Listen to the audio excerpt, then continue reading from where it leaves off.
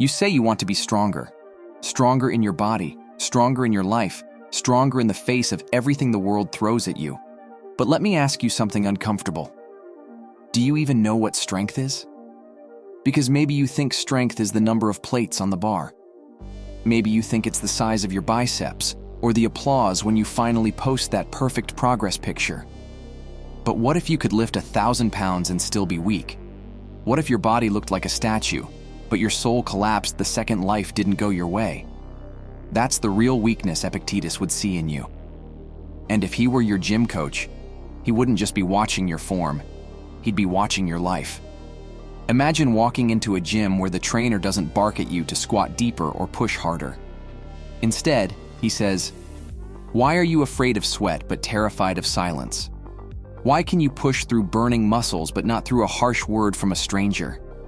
Why do you flee the discomfort of your own thoughts while chasing the comfort of external praise?"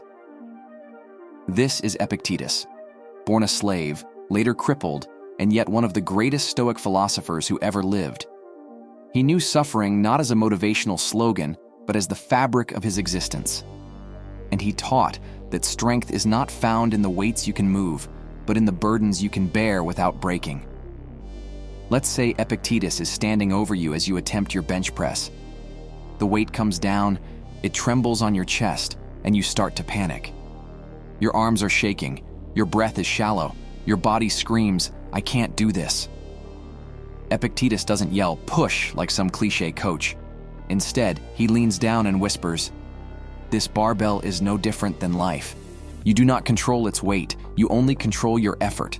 The bar may crush you, or you may rise, but the dignity is in your attempt." And suddenly the rep is no longer about muscle. It's about philosophy. It's about whether you can face difficulty without surrendering your will. Here's the twist you don't want to hear. Your perfect body won't save you. The six-pack won't protect you when someone you love betrays you. The broad shoulders won't shield you from loss, rejection, or the slow erosion of time. Nietzsche once warned that when we build ourselves only as beasts of muscle, we risk forgetting the spirit. We risk becoming hollow giants, powerful bodies, fragile souls. And Plato? He said that a man who trains his body but not his mind is like someone sharpening a sword but leaving it brittle. It looks impressive until the first real strike shatters it. So Epictetus would push you past vanity, past the mirror, past the shallow obsession with appearances. He'd ask, "Are you training for resilience or just for admiration?" Think about this. Epictetus was born into slavery. He had no choice over his masters, no freedom, not even full command over his body. Legend has it that one of his masters twisted his leg until it broke, crippling him forever. And what did he say? "If you continue, you will break it." Then, when it snapped, he calmly added, "Did I not tell you so?" He accepted what he could not control. That's not weakness. That's strength beyond comprehension. Because while Roman emperors commanded armies, Epictetus commanded himself. And in the long run, which is greater? A tyrant who rules others, or a slave who rules his own soul? Today, psychologists call this locus of control. Do you believe life is happening to you, or do you believe you hold responsibility for your choices within life's chaos? Most people think they're free, but they're prisoners of opinion, habit, and impulse. They check their phones like chains. They scroll endlessly, trapped in invisible cages. And the irony? They think discipline is slavery, when in reality, it is liberation. The person who cannot put down their phone, who cannot wake up early, who cannot endure criticism, they are weaker than the person who can deadlift 600 pounds but shrinks at discomfort. Epictetus, as your coach, would tell you something radical. The real gym is not here. The dumbbells, their props, the treadmill, a rehearsal. The true arena is every moment you face fear, anger, or despair. Can you breathe through rejection the way you breathe through a heavy set? Can you steady your mind when insulted, the way you steady your body under strain? These are your true workouts, and most people skip them. They complain about soreness in their legs, but ignore the flabbiness of their character. Think about the role of a spotter in the gym. They don't lift the weight for you. They just make sure you don't die under it.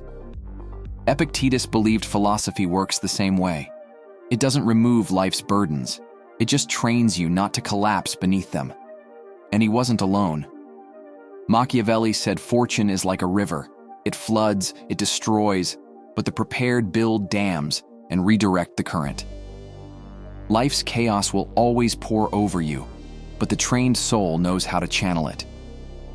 Here's something brutal. You are already in training. Every choice you make is a repetition. Every indulgence strengthens weakness. Every act of courage strengthens resolve. The question isn't whether you're training. The question is, what are you training for? When you scroll instead of study, you train distraction. When you lash out instead of staying calm, you train anger. When you avoid discomfort, you train fragility. Epictetus would stand there pointing out that you're building a body of habits more than a body of flesh. And he would ask, do you even like the person you're becoming through your training? Picture yourself standing in front of the mirror after a workout. You flex, you check angles, you take pride. Now imagine Epictetus behind you shaking his head. He says, that reflection is not you. The real mirror is how you treat others when they disagree with you.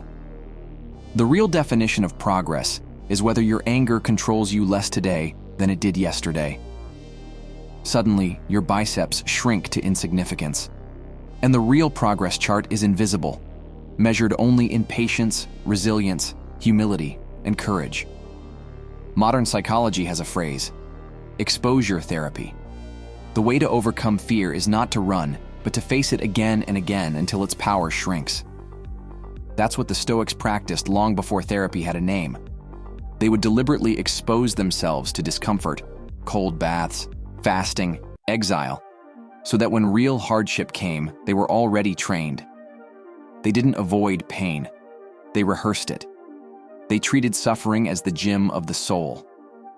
So Epictetus would ask you, why do you train your body to endure pain, but protect your mind from it at all costs? Here's the harshest truth. No matter how much you lift, no matter how much you train, your body will betray you. Age will strip your strength. Injury will steal your pride. Gravity always wins in the end. But what remains when the barbell is gone? Your character, your mind, your choices. That's why Epictetus trained the soul. Because it's the only thing you carry with you to the very end. So let's play this out. Imagine life loading the barbell with all its weight. Job loss, heartbreak, failure, loneliness, death. The plates keep stacking, heavier than any squat rack. And then, the moment of truth. Do you collapse under it screaming life is unfair? Or do you take a breath, steady your soul and say, I do not control the weight, but I control my effort, and I will rise. That is the Stoic rep. That is the eternal workout. If Epictetus was your gym coach, he wouldn't care about your six-pack or your max bench. He'd care about whether you could walk through life unbroken by its cruelty, undefeated by its indifference. He would remind you that the body is temporary, but the soul is permanent. That every rep of discipline, every set of courage, every failure endured with dignity. Those are the muscles you can take with you beyond the grave. And maybe, just maybe, the greatest strength is not found in conquering the weight in front of you, but in conquering yourself. So tomorrow, when you walk into the gym, ask yourself, am I training my body, or am I training my life? Because in the end, the world doesn't care how much you can lift. It only cares how much you can endure.